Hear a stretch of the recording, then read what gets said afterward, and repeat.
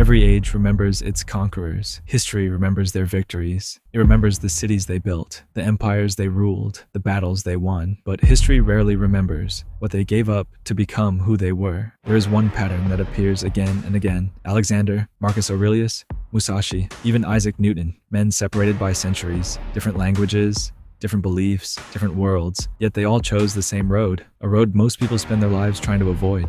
Why? We are taught that being alone is a problem. If a child sits alone, we worry.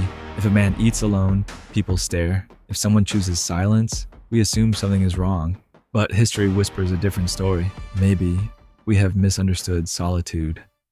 In the spring of 334 BC, Alexander crossed the Hellespont into Asia. Behind him was everything familiar. Ahead of him stood the largest empire on earth. The Persian Empire stretched farther than anything he had ever ruled. His army was smaller, his enemies were richer. Many believed the campaign bordered on madness. His generals urged caution. Some wanted to wait. Others questioned whether the risk was worth it. Alexander listened. Then he made the decision himself, because advice can be shared.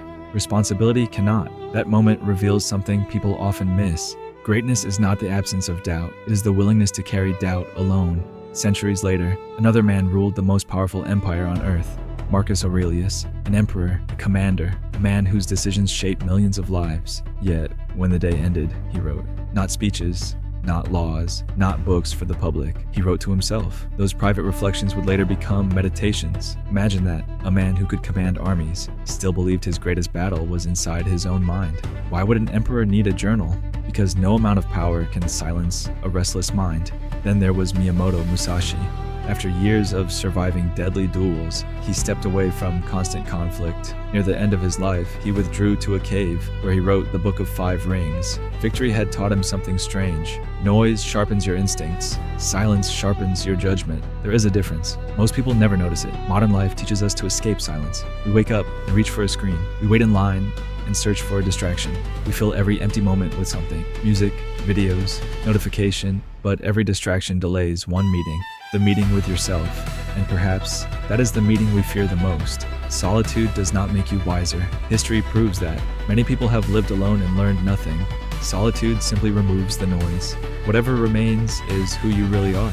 That is why some people run from it, and why others build their lives around it. Alexander conquered kingdoms. Marcus Aurelius governed an empire. Musashi mastered the sword. Yet, none of them escaped the same battle, the battle against themselves. Maybe that has always been the greatest victory, not conquering the world, but becoming someone who no longer needs the world's approval. So tonight, when everything finally becomes quiet, don't ask yourself whether you enjoy being alone.